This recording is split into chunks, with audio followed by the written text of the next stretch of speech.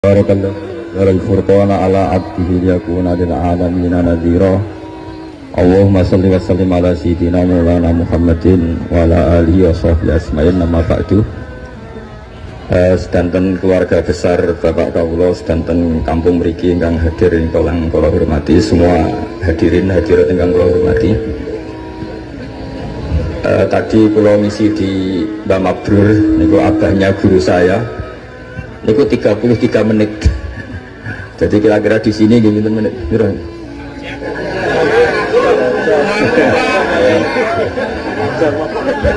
Saya kemarin dengan Ganjar itu Gubernur Jawa Tengah itu malah 7 menit. Karena apa ya? Tak anggap iman itu kan sudah mulai kecil sampean. Kok ijek mulang itu piye? Jadi kalau singkat itu artinya saya percaya iman sampean sudah apa? Benar. Kalau ngajinya lama, nanti kalau sampean nggak paham, diulang suwi orang paham gitu. Tapi kalau sedikit, nanti 7 menit sampean nggak paham. Sing salah Gus Bak mulang mau 7 menit, mulanya nggak paham. Tapi gini ya, kalau tentu punya kenangan banyak terhadap komunitas ya atau kampung sini. Yang diajarkan para nabi adalah wattaba'tu millata abai Ibrahim wa Ishaq wa Yaqub. Jadi kalau ada satu keluarga, misalnya saya ini putra Kiai Nur Salim kelahiran sini, itu harus pakai satu identitas saja. Misalnya saya kenal bapak itu orang yang hafal Quran. Jangan pakai status-status yang lain, nanti jadi repot. Misalnya sampean di bapak Sugih eling Sugiye, di bapak melarat eling melarate, di bapak kasus eling kasusnya, itu nanti jadi repot. Inginnya Allah semua orang hanya pakai status, semuanya adalah hamba Allah Subhanahu wa ta'ala. Karena itu yang status permanen. Sampean sowan Allah itu sekalipun presiden itu tidak siapa-siapa, semuanya hambanya Allah Subhanahu wa ta'ala. Sehingga ajaran Nabi yang abadi diantaranya adalah saksikan bahwa saya adalah Abdullah wa Rasuluh, saya ini hamba Allah. Nah, sekarang semua kerusakan di dunia itu dimulai dari merasa tidak sebagai hamba. Seorang dirjen atau menteri ketahanan pangan itu mesti ngira semua kecukupan pangan Indonesia itu karena dia. Kecuali dia pernah ngaji, mungkin agak baik perasaannya. Padahal andaikan petani itu tidak mau nanam padi, buat pinternya kayak apa menteri, tetap kita kurangan apa? Makan. Masalahnya ketika petani menanam padi terus itu biasanya karena nggak punya selera atau karena bodoh. Nah baru tanya bodoh itu mereka tidak nekuni profesi lain, nanam padi terus. Artinya ada padi banyak itu ya baru tanya orang bodoh. Makanya saya ini terkenal kiai pembela kaum bodoh. Karena kalau pinter terus nggak nanam padi itu nggak ada gunanya. Profesor ketahanan pangan kayak apa rapatnya, kalau nggak ada yang nanam padi mau apa? Menko Polhukam juga gitu, buat rapat untuk kestabilan tapi rasa masyarakat tidak tepo seliro, tersinggung sidik gacoan, tersinggung sidik carok.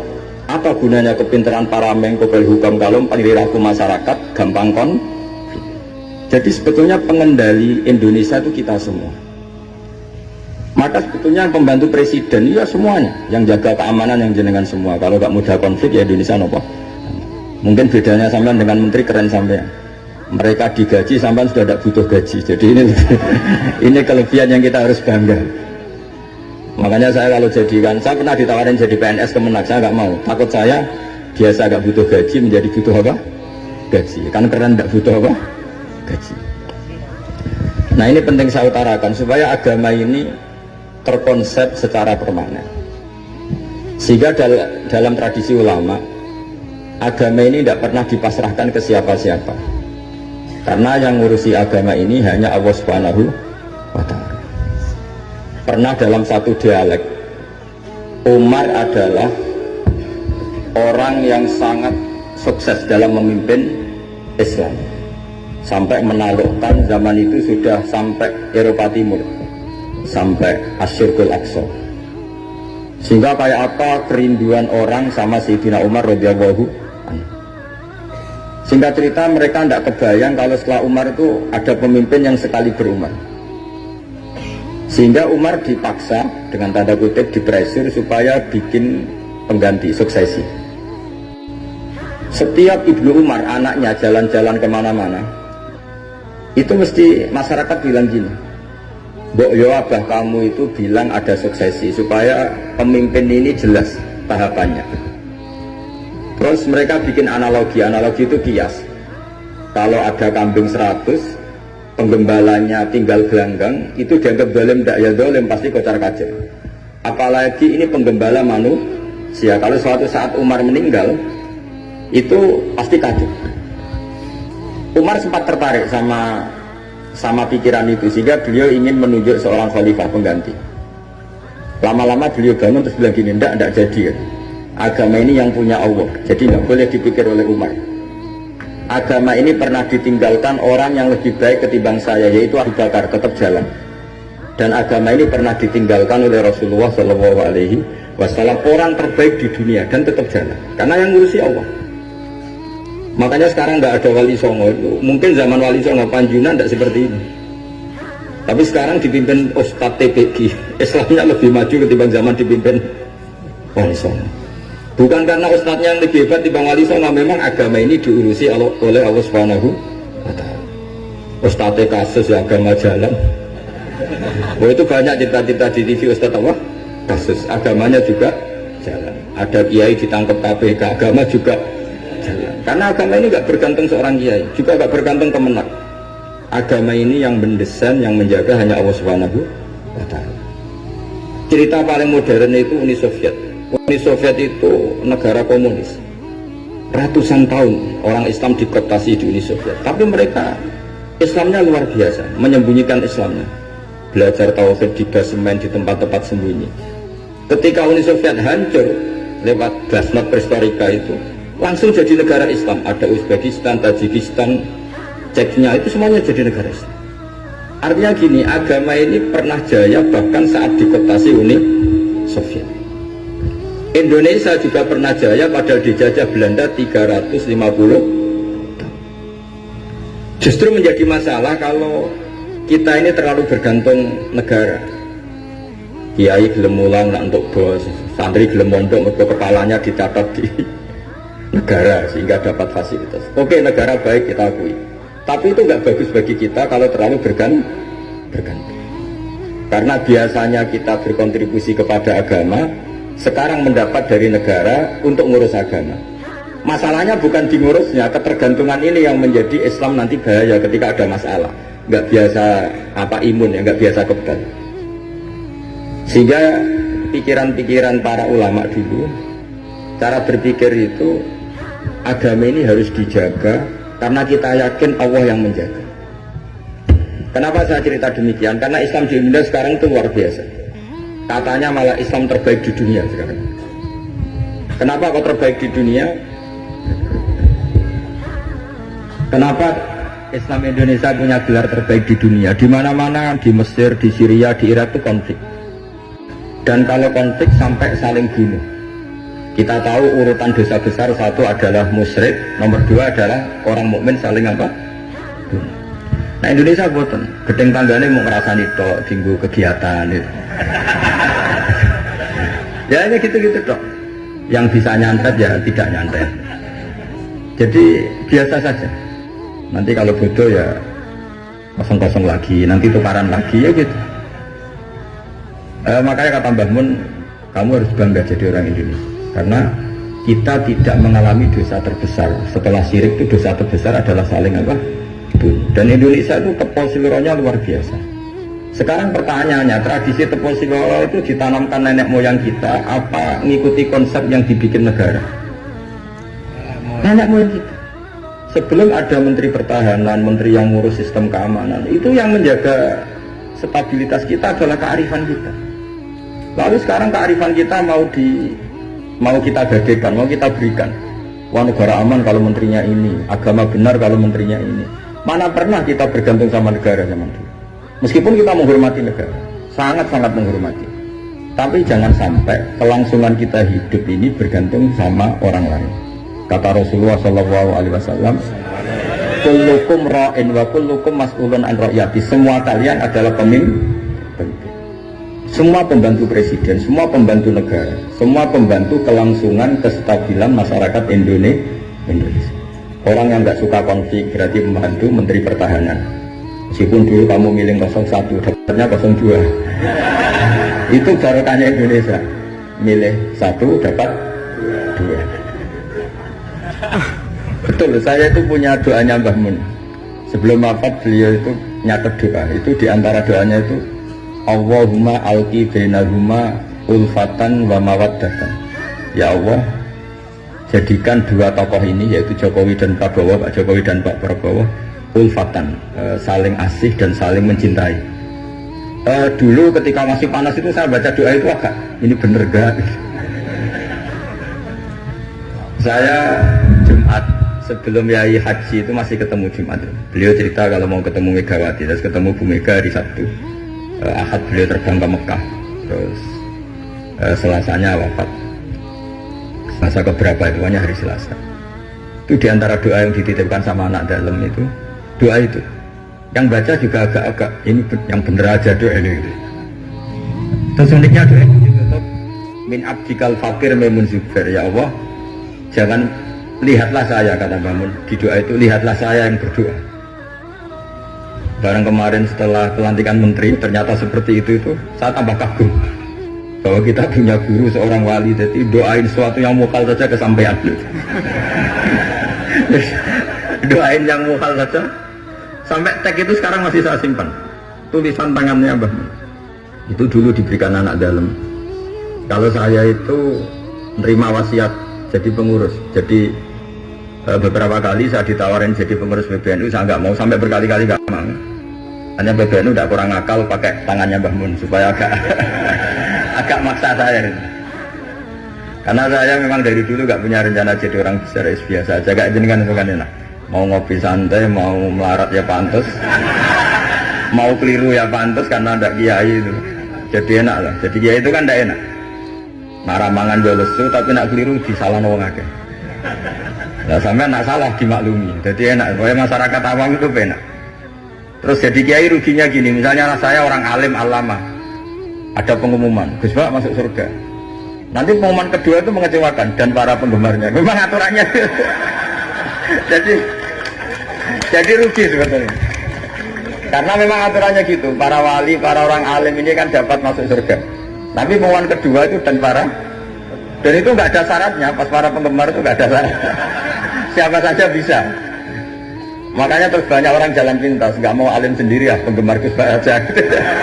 Itu sebetulnya oportunis, itu orang nakalan lah kira-kira gitu. Terus akhirnya saya ditimbali beliau, kata beliau menyuruh saya supaya mau jadi di antara jajaran Suriah. Yang unik dari wasiat beliau itu bukan masalah Suriahnya. Kata beliau, Indonesia itu harus kamu jaga. Bila perlu nanti di lembaga dakwah NU itu melibatkan orang macam-macam dari partai macam-macam, termasuk partai WDI. Terus ketika tak tanya kenapa ya, sing iso njogo Indonesia itu nasionalis dan religius. Dan yang menjaga ini penting, kata beliau. Ojo sampai Indonesia itu dosa paten pinaten. Caranya dia aku kudu rukun mbek Megawati dan mewakili kaum religius dan nasionalis. Kalau paten pinaten repot kayak Mesir, Syria.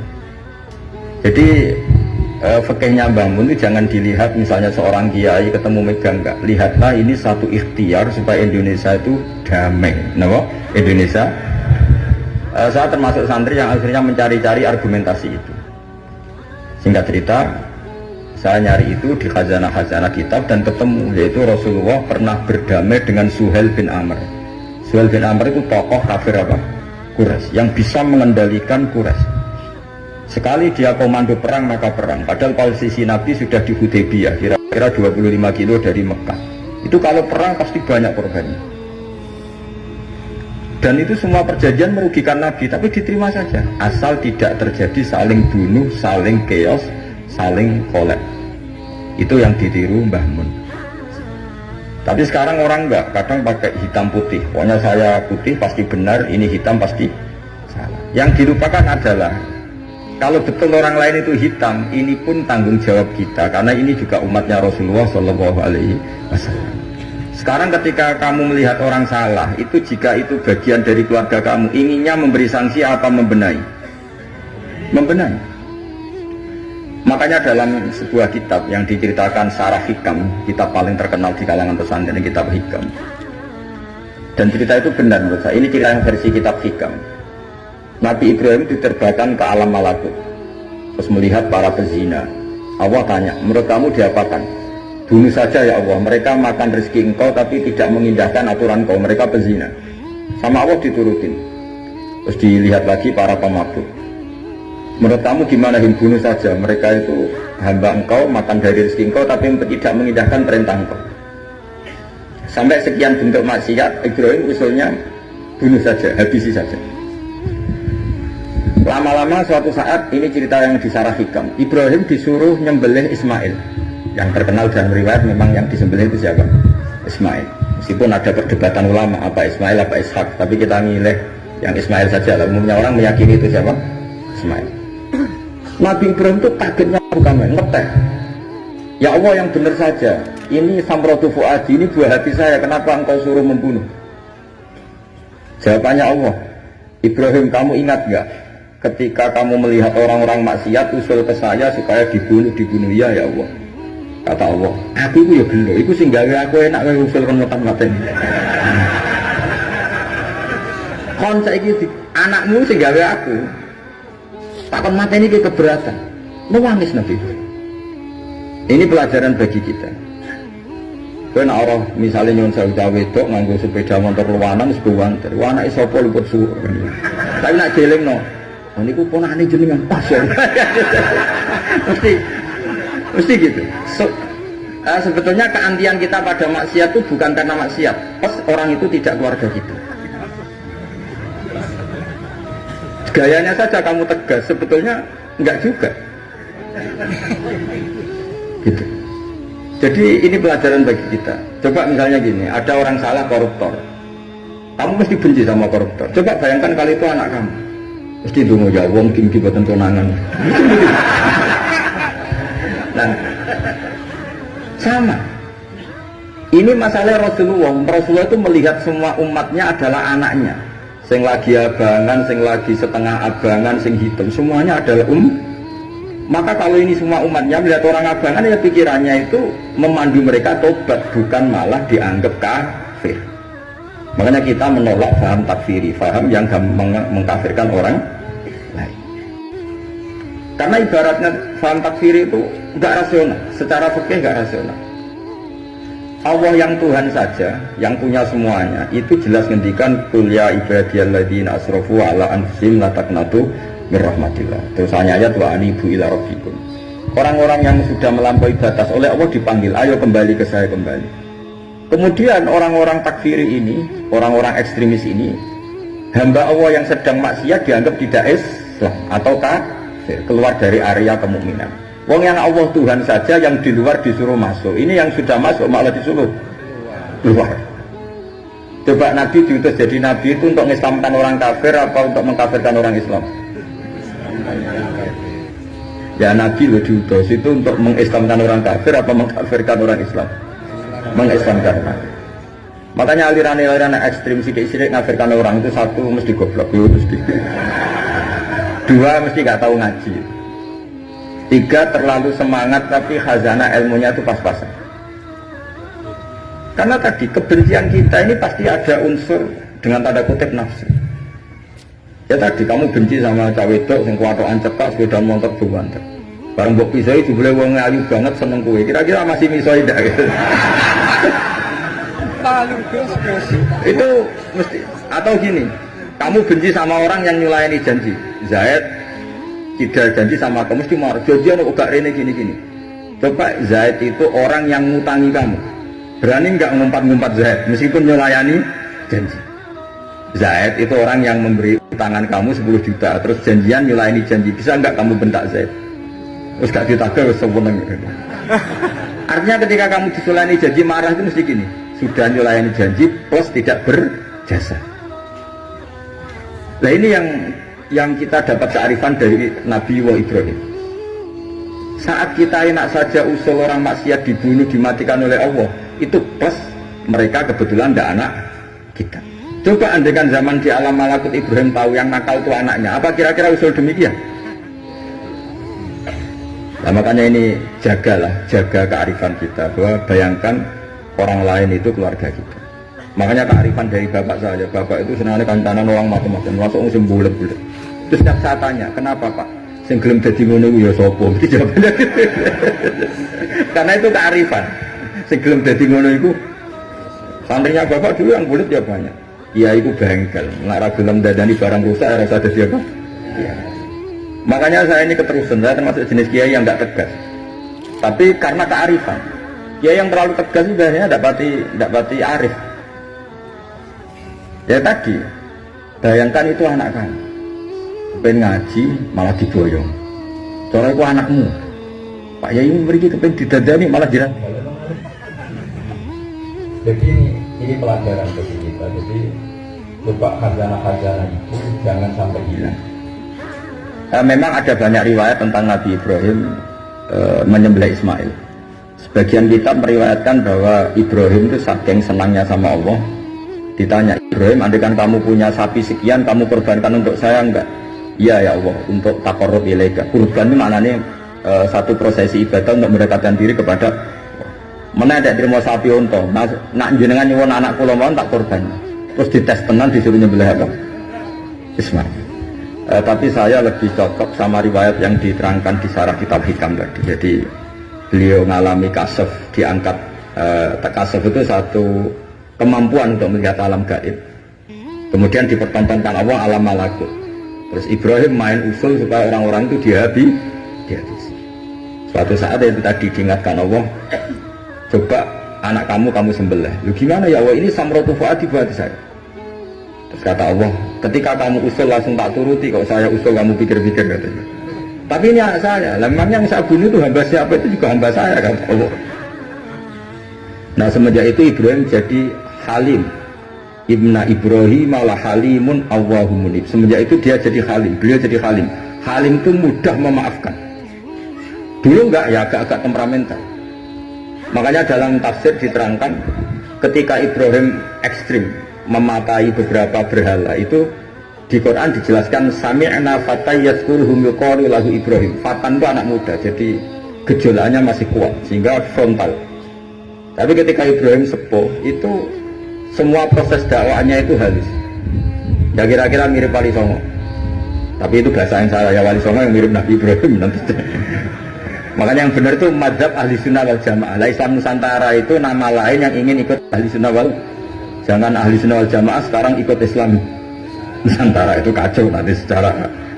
Sering saya ditanya, Gus Islam Nusantara itu kan firqah sudah 73 ditambah Islam Nusantara 74. Ya kacau kalau seperti itu ya enggak.